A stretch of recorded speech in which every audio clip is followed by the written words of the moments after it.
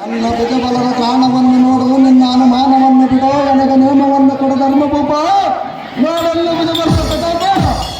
ಅಪ್ಪ ಮಗನೇ, ಭರತ, ಸಮರ್ಥ ನೀನ ಹುಡು, ನಿಧಾನಿಸು ನಿಧಾನಿಸು. ಎಷ್ಟು ಮಾತ್ರ ಪವನ ಜನಾದ ಭೀಮನ ಭೀಕರವೆಲ್ಲ ನಿಲ್ಲಿಸಿದರು. ನಕುಲ ಸಾತ್ಯಕಾದಿಗಳನ್ನು ಹಿಂದಿರುಗಿಸಿರುವರು. ಕೃಪರಾದಿ ವಿರಾಟ ಭೂಪಾಲನ್ನು ಹಿಂದಿರುಗಿಸಿರುವರು. ಪರಬಲವನ್ನು ಜಯಿಸುವ ವೀರಾದಿ ವೀರರೆಲ್ಲ ಮುಖಭಂಗಿತರಾಗಿರುವರು. ನಿನ್ನಿಂದ ಸಾಧ್ಯವಾಗಲರಿರು ಪುತ್ರ ಕೋಮಲಗಾತ್ರ ಭೀಮನ ಗಗಮರಗ.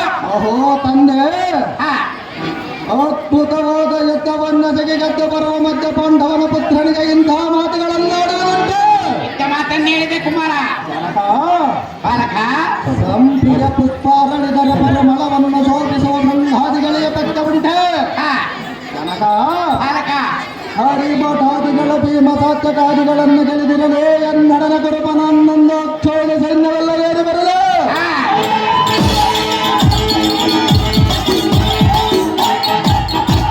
ಅಪ್ಪಯ್ಯ, ಜಲನಿಧಿ ಎಂಬ ಕಡಲಿಗೆ ಒಡಬಾಲನೊಂದನಿಸುವನೆಂದು ಮನದ ಒಡವನ್ನು ಬಿಡಬಿಡ ಕಡ ಜಾಗ್ರತೆಯಿಂದ ನನಗಾಜ್ಞೆ ಮಾಡಿ ನೋಡು ಜಲಕ.